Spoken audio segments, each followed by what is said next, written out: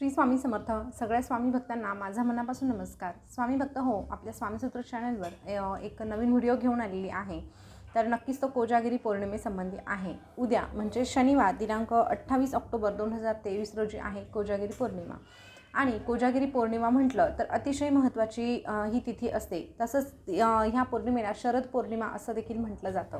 आता ही जी पौर्णिमा आहे, खरं तर पौर्णिमा तिथी ही लक्ष्मी मातेची अतिशय आवडती तिथी आहे, हे आपल्या सगळ्यांना ठाऊक आहे. पण त्यातली त्यात ही कोजागिरी पौर्णिमा जी असते ती विशेष म्हणजे ह्या पौर्णिमेला विशेष महत्त्व प्राप्त झालेलं असतं. आणि त्यामुळे ह्या दिवशी जर आपण लक्ष्मी प्राप्तीच्या भरभरून सेवा केल्या तर निश्चितच आपल्याला आपल्या मनासारख्या गोष्टी घडून येण्यासाठी मदत मिळत असते.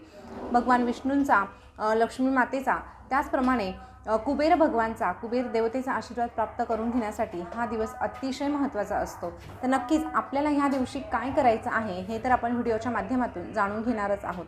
पण नेमकं झालं असं आहे की उद्या कोजागिरी पौर्णिमा तर आहेच, परंतु उद्या ग्रहण देखील आहे. तर बघा, उद्या खंडग्रास चंद्रग्रहण असल्यामुळे भरपूर समस्या, भरपूर प्रश्न निर्माण झालेले आहे. आता कोजागिरीला सेवा करायच्या हे तर आपल्याला ठाऊक आहे, परंतु ग्रहण असल्यामुळे आपण मग त्या सेवा करायच्या की नाही, किंवा मग सत्यनारायण. आता भरपूर महिला दर महिन्याला, दर पौर्णिमेला सत्यनारायण करत असतात. सत्यनारायणाची सेवा किती प्रभावी आहे हे ज्यांनी अनुभवलं आहे ते चांगल्या पद्धतीने नक्कीच सांगू शकतात. पण आता प्रश्न असा निर्माण होतो की कोजागिरी पौर्णिमा आहे आणि पौर्णिमेचा जो सत्यनारायण आहे तो आपण प्रदोष काळात म्हणजे संध्याकाळच्या वेळेस करत असतो. आणि आता उद्या जर ग्रहण आहे तर मग कधी करायचं? कारण बघा, जेव्हा ग्रहण काळ असतो ना तेव्हा आपण देवाला नैवेद्य दाखवत नाही, आपणही जेवण वगैरे ह्या गोष्टी करत नाही. आता बघा, ह्या ग्रहणाच्या बाबतीत काही जण मानतात, काही जण नाही मानत, काही जण याला अंधश्रद्धा म्हणतात. शेवटी प्रत्येकाचा तो वैयक्तिक प्रश्न आहे. आपण कुणालाही ठामपणे असं सांगायचं नाही आहे की तुम्ही हेच करा किंवा तेच करा. आपल्याला फक्त आणि फक्त आपल्या सेवेंबद्दल बोलायचं आहे. ग्रहणाबद्दल फारसं मला काही बोलायचं नाही. कारण हे बघा, प्रत्येकाचा वैयक्तिक तो प्रश्न आहे, किती मानायचं किती नाही, शेवटी हे आपल्या मनावर अवलंबून असतं. तर आपण फक्त आता सत्यनारायणाचं करायचं की नाही हे जाणून घेणार आहोत. आता सत्यनारायण आपण दर महिन्याला प्रदोष काळात जरी करत असलो तरीही उद्या ग्रहण असल्यामुळे तुम्ही आवर्जून हा सत्यनारायण सकाळीच करून घ्या. नाहीच तुम्हाला सकाळी करणं शक्य झालं तर तुम्हाला हा जो सत्यनारायण आहे तो कधीपर्यंत करून घ्यायचा, तर दुपारचे 3:14 आतच करून घ्यायचं आहे. हे विशेष लक्षात घ्या. हे बघा, आपण दर याला प्रदोष काळात करतोच ना, मग उद्याच्या दिवशी श्रद्धा, अंधश्रद्धा, ग्रहण काळ आम्ही मानत नाही, ह्या गोष्टी थोड्या काळासाठी तुम्ही बाजूला राहू द्या. कारण जर आपण एवढा आटापिटा करतो तर आपल्या संसारासाठी करतो, तर नक्कीच आपण हा एखादा नियम मोडून उगाच त्यावर तुम्ही ग्रहण लावू नका असं म्हटलं तर वावगं ठरणार नाही.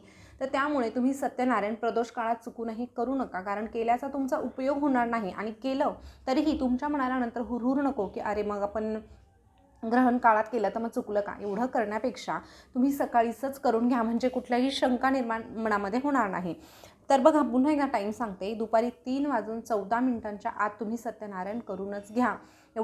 एवढा उद्याच्या दिवसासाठी तुम्ही ॲडजस्ट करा. आता ज्या महिला नोकरी करणार आहे त्यांनी काय करावं?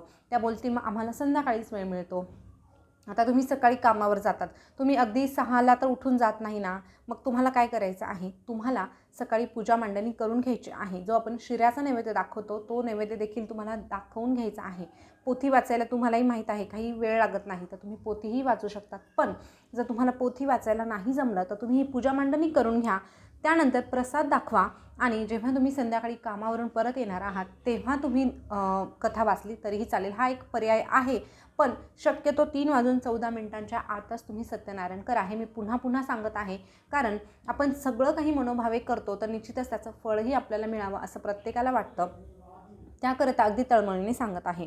आता राहिला प्रश्न दुसरा, तो असा की कोजागिरीची पूजा जी आहे ती तर मग आपण 12 वाजताच मांडतो, मग त्याचं काय करायचं? पूजा तर करत नाही. हे बघा, ग्रहण काळामध्ये कुणीही पूजा अर्चा करायला बंदी घातलेली नाही. आता पूजा अर्चा म्हणजे काय, तर अंघोळ वगैरे, आपण देवांना त्या काळात अंघोळ घालत नाही, किंवा आपणही अंघोळ वगैरे ह्या ज्या गोष्टी आहेत त्या करत नाही, भोजन करत नाही.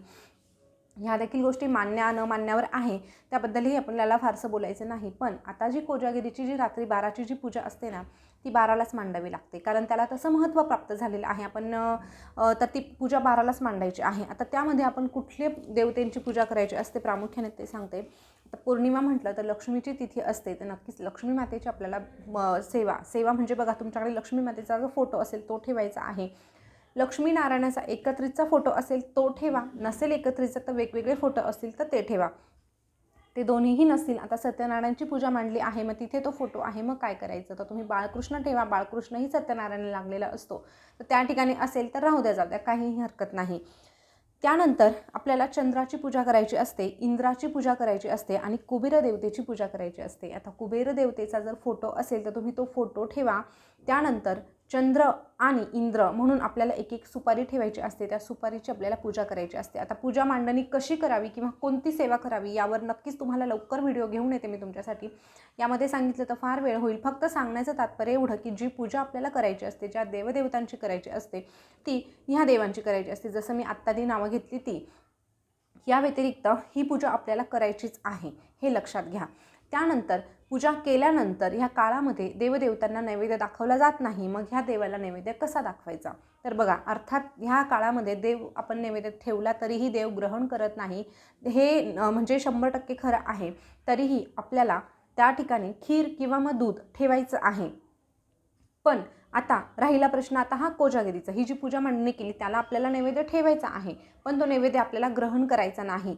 यासोबतच आपल्याला ह्या नैवेद्याचं करायचं काय? किंवा मग राहिला प्रश्न दुसरा तो असा की आपण काय करतो, ह्या देवांसमोर कुठला नैवेद्य ठेवतो? तो जे आपण दूध आटवतो ना, तो त्या दुधाचा आपण नैवेद्य या ठिकाणी ठेवत असतो. मग त्यानंतर आपण चंद्राच्या प्रकाशामध्ये तो नैवेद्य ठेवतो आणि मग आपण ते दूध पित असतो. पण उद्या फक्त आपल्याला एक काळजी घ्यायची आहे किंवा एक बदल असा करायचा आहे की पूजा मांडणी तुम्हाला करायची आहे, नैवेद्य देखील ठेवायचा आहे, पण ही काळजी घ्यायची की ते जे दूध आहे ते आपल्यालाहीच ग्रहण करायचं नाही. कारण हा जो ग्रहणाचा काळ आहे यामध्ये खातपीत काहीही नाही. त्यामुळे हे जे दूध आहे तुम्ही त्या ठिकाणी ठेवा.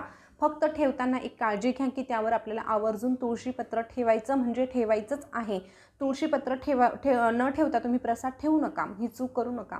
आता हे जे दूध आहे ते तुम्ही त्यानंतर तुम्ही फ्रीजमध्ये ठेवा, जिथे खराब होणार नाही अशा पद्धतीने ठेवा आणि दुसऱ्या दिवशी आपण अंघोळ वगैरे झाली की मग तो प्रसाद आपण खाऊ शकतो. ही काळजी तुम्हाला या ठिकाणी घ्यायची आहे. आता हे तुमच्या लक्षात आलं असेल. आता भरपूर जण म्हणतात की गर्भवती महिलांसाठी खूप नियम असतात. आता नियम म्हटलं तर बघा, जे नियम आपल्याला पाळणं शक्य होतात ते नक्कीच पाळावे, पण गर्भवती महिलेने किंवा तिच्या कुटुंबियांनी देखील एक गोष्ट लक्षात घ्यायची आहे. हे बघा, आपल्याला अध्यात्माचाही हात पकडायचा आहे आणि विज्ञानाचाही हात पकडायचा आहे. दोनही गोष्टी आपल्याला बरोबर ठेवायच्या आहे. तर एखादी गर्भवती महिला आहे, आता तिला सांगितलं की तू ग्रहण काळात खाऊ नको, पण जर तिला प्रचंड त्रास होत असेल तर मग तिने उपाशी राहून कसं चालेल? कारण तिच्या बाळाचा प्रश्न येतो. त्यामुळे अशा महिलांनी सर्वप्रथम आपल्या बाळाचा विचार करा आणि त्या पद्धतीने तुम्ही तुमचे नियम पाळायचे आहे. आता नियम पाळायचं हे सर्वस्वी जरी तुमच्यावर मी सोडून दिलं असलं तरीही एक गोष्ट बजावून सांगते, ती अशी की रात्री 1:05 म्हणजे 1:05 ते 2:23 म्हणजे उद्याच्या रात्री 1:05 2:23 हा जो 1.5 तासाचा कालावधी आहे, ह्या काळामध्ये अगदी कुणीही व्यक्ती म्हणजे गर्भवती महिलांसाठीच नव्हे तर सगळ्यांसाठी हा जो काळ आहे त्यांच्यासाठी आपल्याला खास करून हे नियम पाळायचे. ह्या काळामध्ये आपल्याला खायचं नाही. आपल्याला म्हणजे वॉशरूम वगैरे आहे ना, त्या गोष्टी देखील आपल्याला कटाक्षाने टाळायच्या आहे. लहान मुलांच्या बाबतीत तुम्ही ह्या गोष्टी सोडून द्या, आपण त्यांना सांगू शकत नाही, पण जे समजदार आहे त्यांना नक्कीच आपण सांगू शकतो. हे बघा, प्रत्येकासाठी काय काय टाळायचं आहे. 1:05 2:23 भोजन टाळायचं आहे. शौचास म्हणजे वॉशरूम वगैरे ज्या गोष्टी आहेत त्या टाळायच्या आहे. त्यासोबतच झोपायचं नाही. आता अगदीच तुम्ही गर्भवती महिला आहे, तुम्हाला एवढा वेळ बसणं शक्य नसेल तर तुम्ही पडू शकतात, पण तुम्हाला झोपायचं नाही.